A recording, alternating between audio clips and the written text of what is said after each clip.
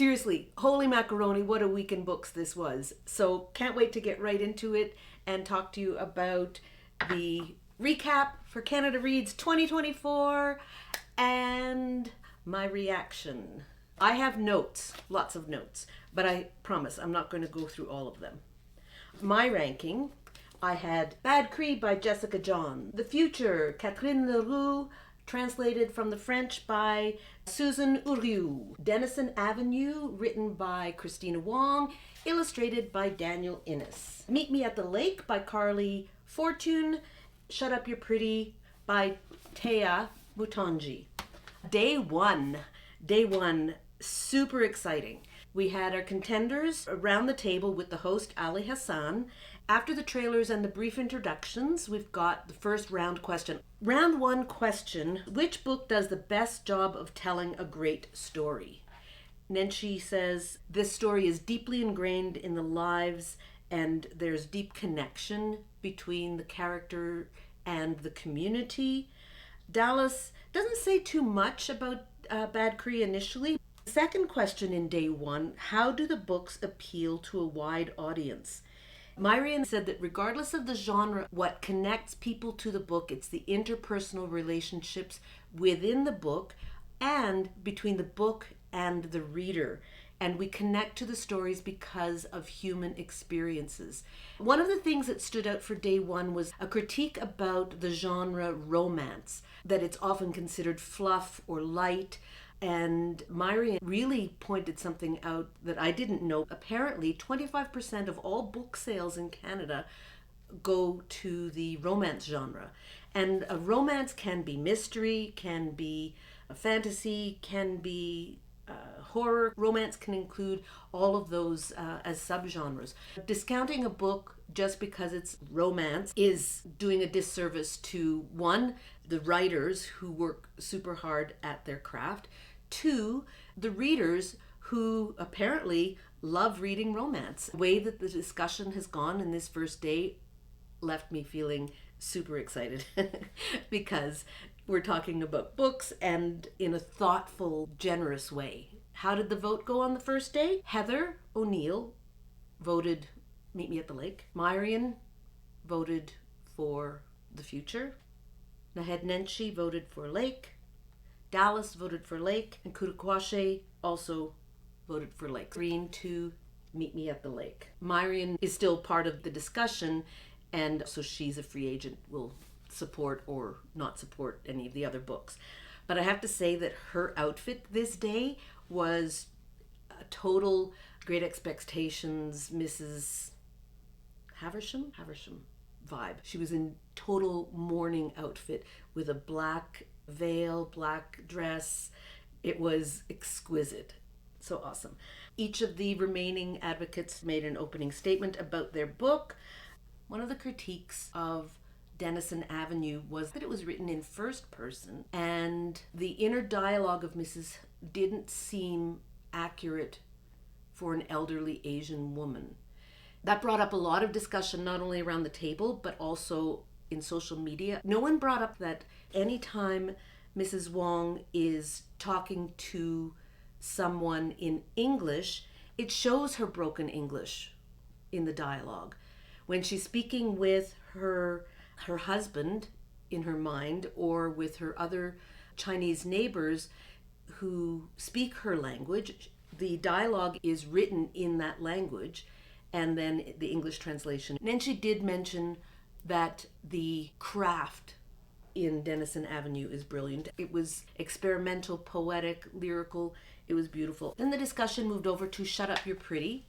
Kudakwashe answered every critique with a solid rebuttal based on the narrative, the format, the craft, the character, the arc, the interconnectedness of the stories. One of the biggest critiques from the group was that the stories might be interconnected, but it's crumbs and it's a very hard job for the reader to follow along. Some of the advocates thought that it was a memoir. Myrian thought because there are some difficult passages in there, not everyone will have a Kudakwashe to go through the story with them. Bad Cree is referred to as a horror novel. I didn't read it that way at all. I thought it involved supernatural. Even though there are nightmares and some spooky and creepy scenes, I still don't see Bad Cree as horror, but others refer to it in that way. So, like, I don't know. I'm not the expert. I just read what I read, right? The next one that came up was The Future. And Heather said that it might be considered a dystopia novel because there's been a disaster, but it's not dystopia because in dystopia, she said, the zombies eat each other and all this stuff and society has broken down. But in the future, the society hasn't broken. There are aspects of society that doesn't work. Not enough firefighters. Electricity is inconsistent. People are struggling with the long-term implications of poverty and systemic racism. But there are little communities that are formed, and we've got full picture with the children in the forest, the older people with the gardening, and eventually they come together. And we've got Gloria, who is looking for her grandchildren and trying to reconnect with the spirit of her daughter. Then there were some closing statements. Kurukwashe thought that even though her book Shut Up You're Pretty is very heavy, it's an important story, even if it makes the reader feel uncomfortable, it makes it even more important to read it. The vote. Nahednenshi voted for The Future, Dallas voted for The Future, Kurukwashe voted for Denison Avenue, Miriam voted for Bad Cree, and Heather voted for Denison Avenue, so there was a tie. And I don't like a tie in Canada Reads. Whoever didn't vote for one of the books that's in the tie has to break the tie. To be put on the spot like that, to vote and to break a tie in like 10 seconds, live radio, it's like, that was a lot of pressure. And so she was flustered about it, and then did an eeny, meeny, miny, mo kind of thing, and then said Denison Avenue. Super disappointed that Denison Avenue was eliminated so early. Sad face. Day 3, dun dun. Because the book that Nahednenshi was advocating was voted off the day before, he gets to do an opening statement. He did address the first person narrative for this book, and he said, what does a poor elderly Chinese woman sound like? In her mind, she'll be talking fluently. She's not going to be talking in broken English. Miriam said also welcome to the dark side because they were now the 2 free agents. Opening statements with trailers again. The round 1 question, which book storytelling approach that you didn't connect with? Miriam talked about the suspenseful nature of Bad Cree, but the supernatural aspect didn't quite connect with her. He said he least connected to Shut Up You're Pretty. He figures that he's going to need multiple readings. And you know what, after listening to Kurukwashe talking about Shut Up You're Pretty, I thought, did we read the same book? Because it felt disjointed and I didn't have a great sense of time and place in the book. I agreed with all of them that they were heavy and difficult sometimes, but I didn't get what everybody else got. So I think I'm going to go back and read that one. You know what, Day 3, I was feeling really stressed. We're talking about books, and it is a debate about books, and it's so exciting. But there were moments when I thought, oh, I don't know how this is going to go. But you know what, everybody was so lovely and supportive and kind and respectful. Loved it. Second round question, which one gave you the best feeling and sense of time? Which one best captured the sense of time and place? Nenshi said he had the most trouble with Shut Up You're Pretty. The other 2 are nothing without the setting. They were very clearly Fall des Trois, Northern Alberta, and Shut Up You're Pretty. He said there's nothing really that identifies it as Galloway or the Greater Toronto area. Miriam says about Bad Cree that the setting is another character. Heather also mentioned that all 3 of the remaining books deal with grief in some way. What ties these books together thematically, there's grief, there's loss, there's longing for connection and for community. Day 3, round 3 question is about character. I like this. Which one stayed with you the longest after you finished reading it, and pourquoi? Why? Miriam said Loli for sure because she was so loud and front and center, and she said that the main character needs to be a lighthouse for the reader, and with Loli, that light was too dim and it was disappearing from her eyes, and so it was difficult to navigate. I loved the way she said that. Karakwashi said lowly because for the first time she was able to relate. She saw herself in a book that pictured a black woman's experience, and that was super important to be represented in that way, and so it really stayed with her for a long time. Nenshi said lowly is all about character, for sure. Future characters, they seem incidental to the setting. I'm not really sure what he meant by that. Bad Cree, he said his favorite supporting characters were the aunties, and everybody said, yeah, absolutely. We all want those aunties in our lives.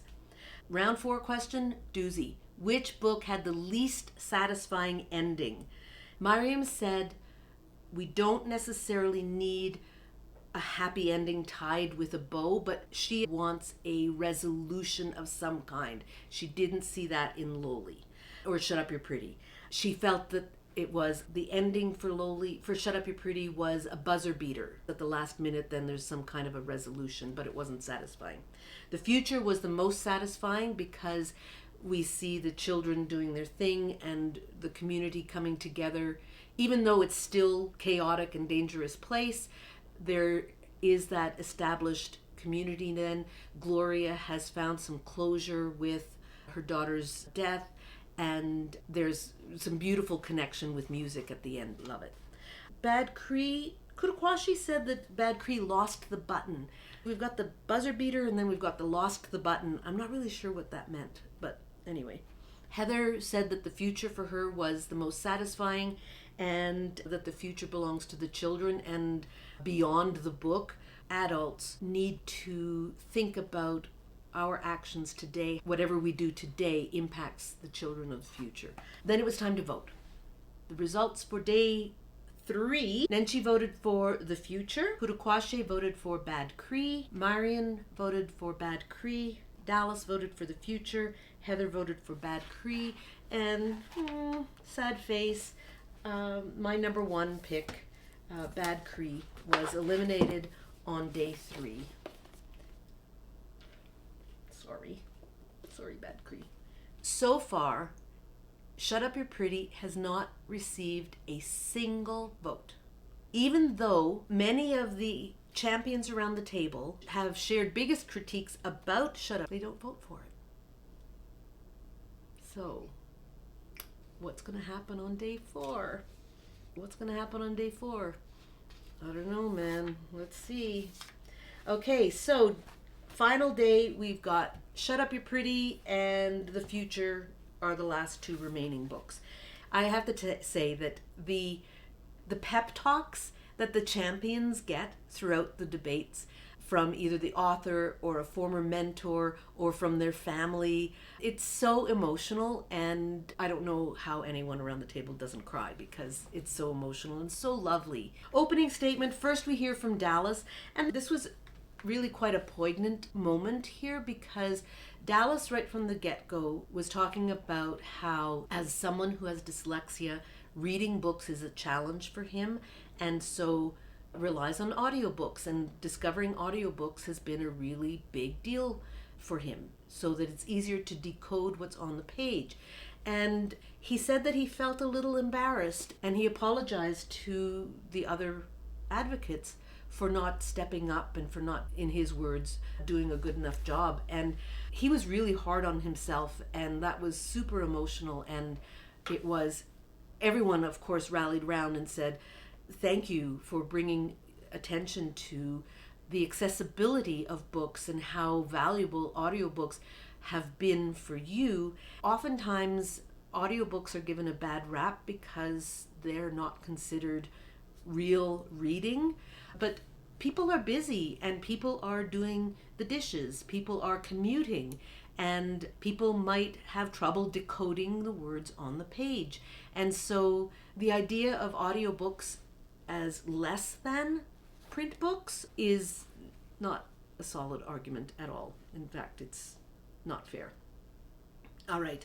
I responded to Dallas, we're all friends trying to uplift our books, and I love that. No, it's a friendly competition, and you want your book to be the one at the end that's still standing, right? It's about uplifting your books, and he did a great job of that. Opening statements, they had 60 seconds to promote their book one last time. Why this book? Kurkwashe talked about craft, that it is a portrait of life. Even though it might be uncomfortable and difficult, it is a necessary book. It is accessible because of the language. It opens dialogue for the human experience and invites us to move forward even while hurting. Heather, final statement for the future was, it is a path to the future and no voice is considered insignificant. And here she's talking about the different voices, the older people in the community, the children in the community. She talked about a world that is based on, the capitalist world is a dysfunctional world. And, well, she's not wrong.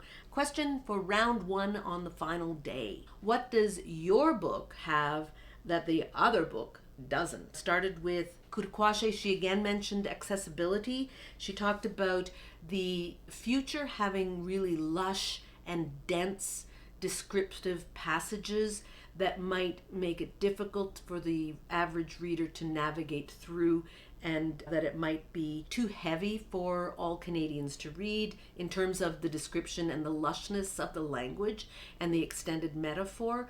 And so that's a barrier for readers. Heather said that this is a literary competition and that books need to be considered in that regard. And the lush description creates the atmosphere that is necessary for the plot to move forward. Don't underestimate the reader. Dallas said about Shut Up You're Pretty, with the language, the book feels like a memoir. He was invested in the character's struggle. There was trauma as a through line, but there was no resolution he saw as a problem. Kurkwashe said again, it was so important to have that representation as a Black woman. Round two question. What does the future have that Shut Up You're Pretty doesn't have? Heather said that she's looking for a sense of looking forward when she's in a book. Future, Gloria goes through this arc and there is a very clear passage of time and character development with her experience. And she said that Gloria earned her love, whereas Loli didn't. And she clarifies later that Loli didn't have to earn Heather's love because she loved her instantly. A couple of the people on the panels mentioned that they felt that the ending was disjointed, and we heard the day before buzzer beater, and that the ending seemed to have been tacked on. Found out today in day 4 that in fact Tea Mutonji, the author of Shut Up You're Pretty, wrote the last story first. Before we get into round 3, there were messages from the family, and that was really nifty, cool, and lovely. The question for round 3 is, which book explored the power of community, family, and connection the best?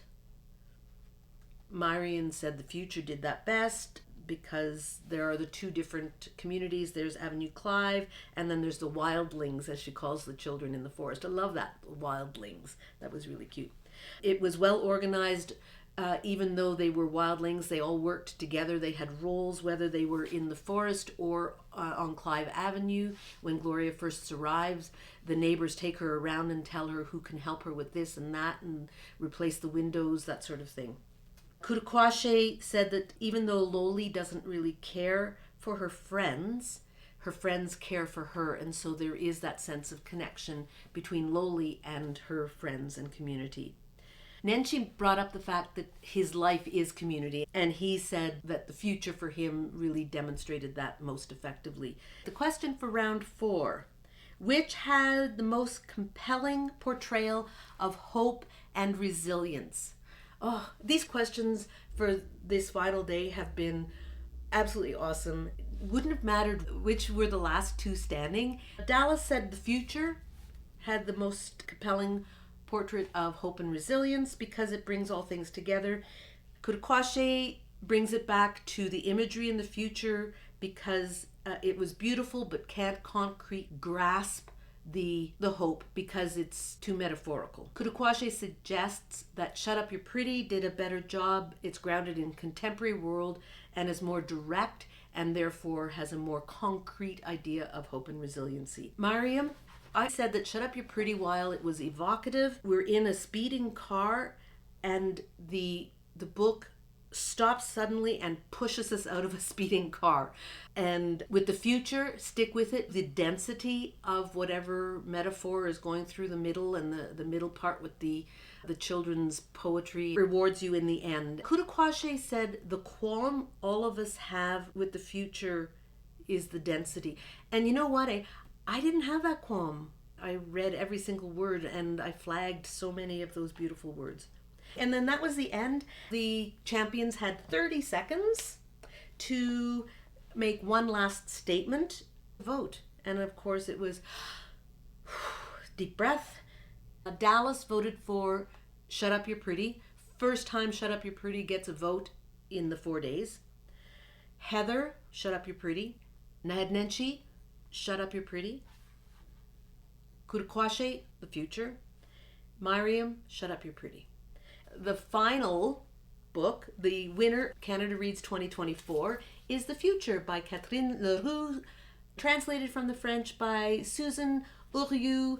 As always, Canada Reads is super exciting and fun. All of these books are brilliant, awesome, and worth reading, and I do hope that you go out and read them, and I can't wait to hear what you have to say about them. So when you do read them, I would love to hear what you think. How would you rank them? Or don't rank them. Just, talk about them and borrow them from your library. You can download, I think all of them are available as audiobooks. Go out and read them. The Future, Catherine Leroux. Shut Up You're Pretty by Teo Mutonji. Bad Cree, Jessica Johns. Denison Avenue, Christina Wong. Illustrations by Daniel Innes. And Meet Me at the Lake by Carley Fortune. So, yay, Canada Reads. Read books. Thank you. See you later. Bye.